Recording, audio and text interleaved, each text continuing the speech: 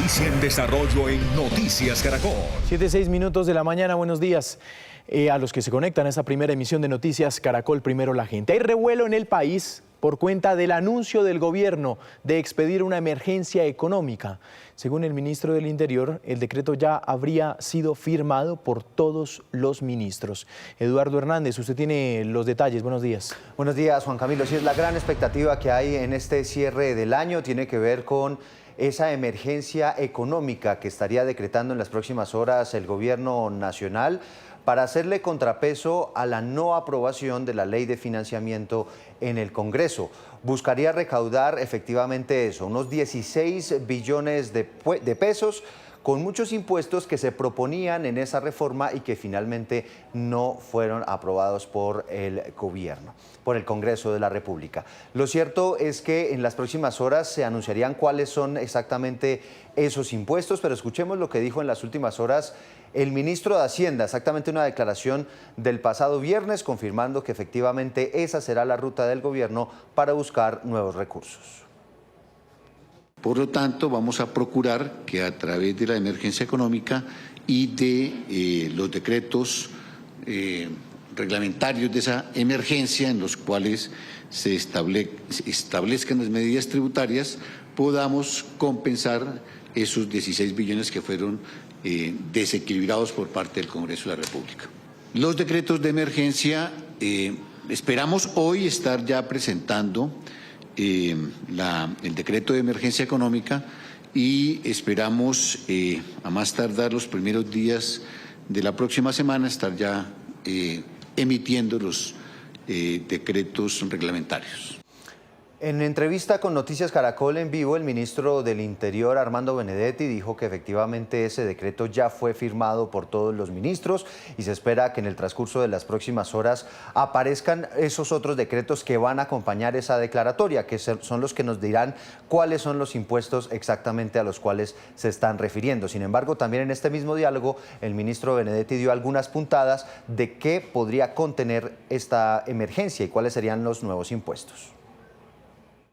Bueno, yo le puedo decir por ahora, por encima, que es a los juegos a las entidades financieras que prestan, la que le acabo de decir, también a los juegos de suerte de azar, a los licores con alto grado de alcohol,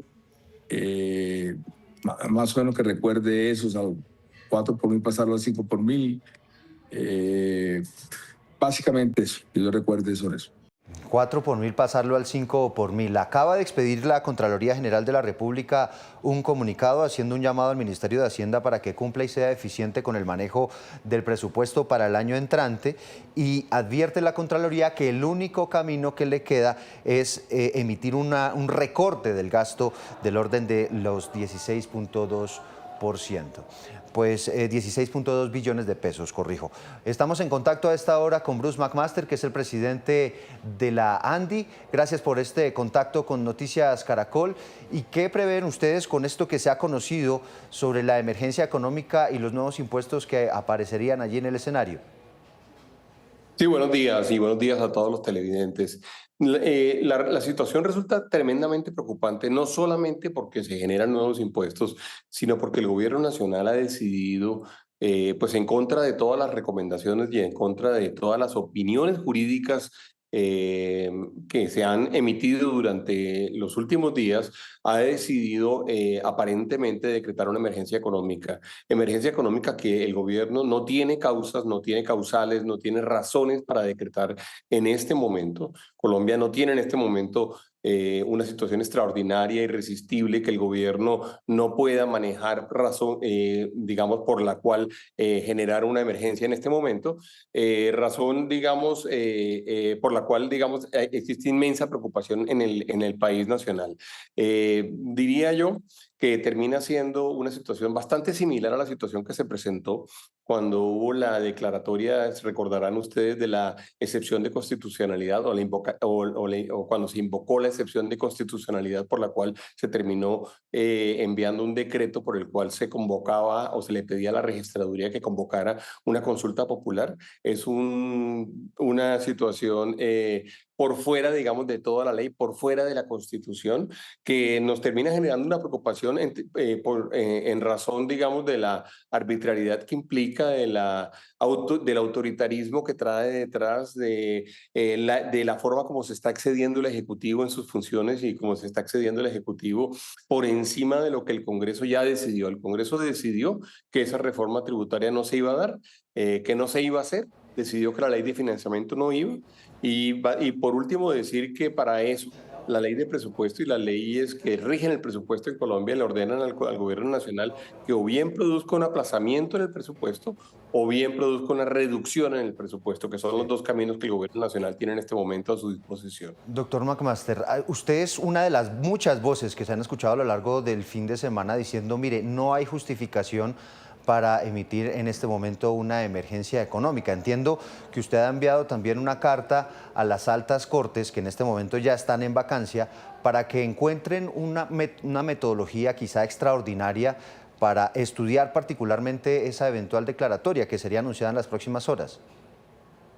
Así es, Eduardo. Inclusive nosotros se la enviamos el viernes cuando había los rumores de que se pudiera decretar la emergencia económica. El viernes antes de las 5 de la tarde le dijimos a la Corte Constitucional, hay rumores, el gobierno ya dijo en una rueda de prensa, en este caso el ministro de Hacienda lo dijo en la rueda de prensa en el Banco de la República, que iban a decretar una emergencia económica. Se esperaron hasta el último día antes de la vacancia judicial para hacerlo, lo cual pues además resulta, por decirlo menos, pues sospechoso.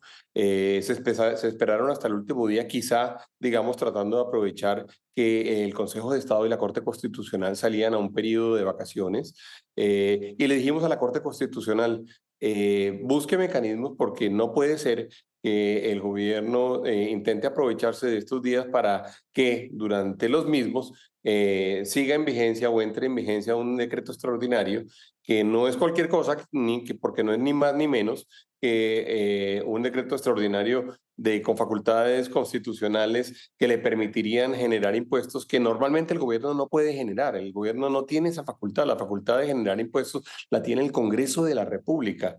Y ya el Congreso le dijo al gobierno que no podía hacerlo. Le dijo, los colombianos, los hogares colombianos, las empresas colombianas no tienen cómo pagarle más impuestos en este momento y no los aprobamos.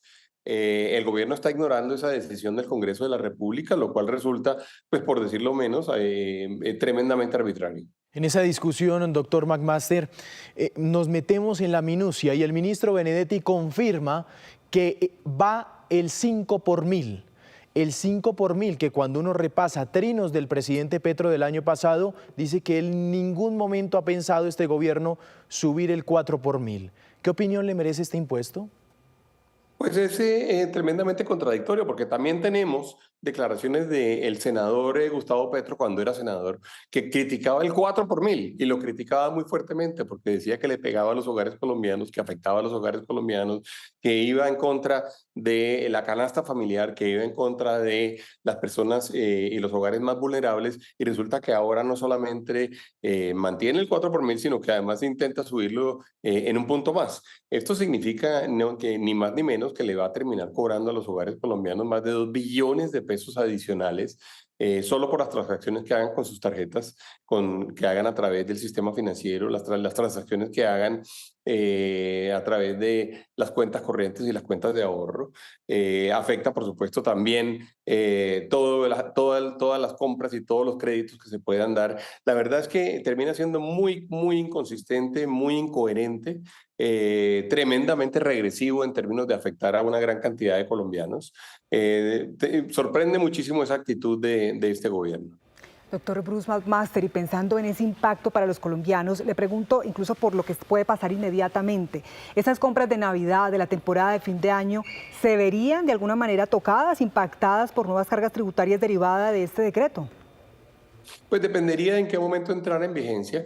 Nosotros en todo caso sí esperaríamos que ojalá la Corte Constitucional encuentre mecanismos para defender a los colombianos lo antes posible.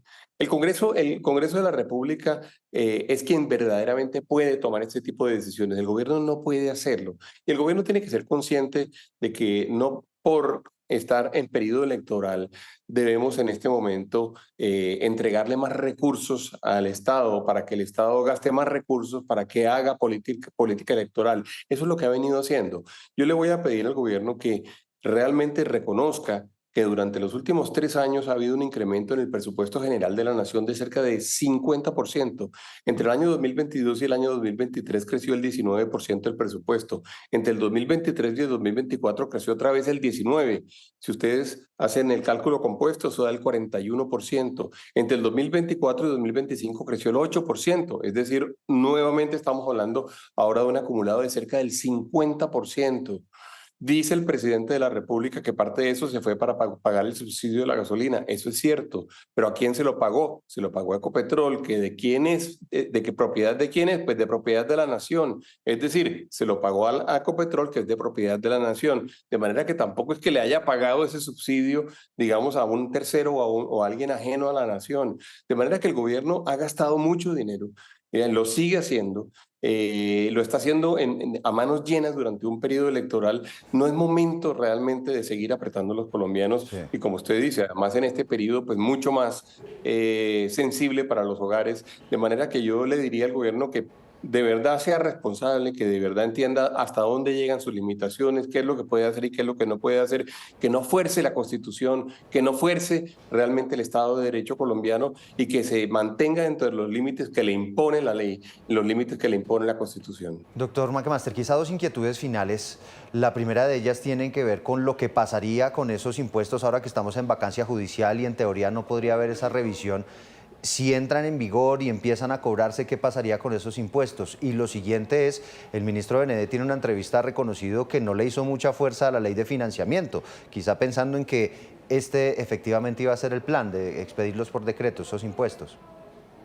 Sí, me parece un poquito, diría yo, voy a utilizar una palabra un poco dura, pero me parece un poco descarado decir eso, me parece un poco descarado decir no le hice fuerza a la ley de financiamiento, tampoco le hicieron fuerza a que se apurara. Vimos cómo la Comisión Cuarta de Cámara no hacía quórum, vimos cómo se iban demorando, vimos cómo no sacaron la emergencia económica antes de que entrara la vacancia judicial, como si todo hubiera sido realmente fríamente calculado para poder hacerlo en este momento, para lograr hacerlo en el momento en el que la Corte Constitucional estuviera de vacaciones, para que luego, aun si lo declararan inconstitucional, que puede ser que así sea, porque muy seguramente así va a ser, cualquier abogado constitucionalista les va a decir que esos impuestos no son constitucionales, pues no suceda pronto, sino suceda probablemente en enero o en febrero o quizás hasta en marzo, y que los colombianos mientras tanto le paguen estos impuestos al Estado.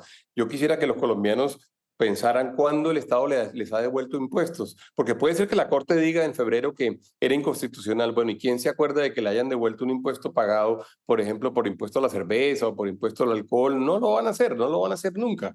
De manera que están jugando con eso y eso pues termina, por decirlo menos, siendo sospechoso y quizá yo me atrevería a decir incluso tramposo. Pues doctor Bruce McMaster, presidente de la ANDI, gracias por estos minutos en Noticias Caracol. No, gracias a ustedes por la oportunidad de dirigirme a Colombia. 7:19, pues del análisis económico pasemos al análisis jurídico. Por eso tenemos contacto con el expresidente de la Corte Constitucional, Nilson Pinilla. Doctor Pinilla, bienvenido a Noticias Caracol, gracias por este contacto. Gracias a ustedes, muy buenos días. Doctor Pinilla, expedir una emergencia económica en este momento, con el argumento que ha presentado el gobierno para usted, ¿es constitucional o no lo es? Yo considero que no. Realmente no estamos ante una emergencia. La emergencia es algo que sucede intempestivamente, que no se espera. Y esto pues está previsto desde hace mucho tiempo. El gobierno debía tener sus cuentas muy claras de qué dinero podría estar necesitando y convocar a una situación excepcional como es la emergencia económica cuando está clausurada, suspendida temporalmente la acción de la Corte Constitucional.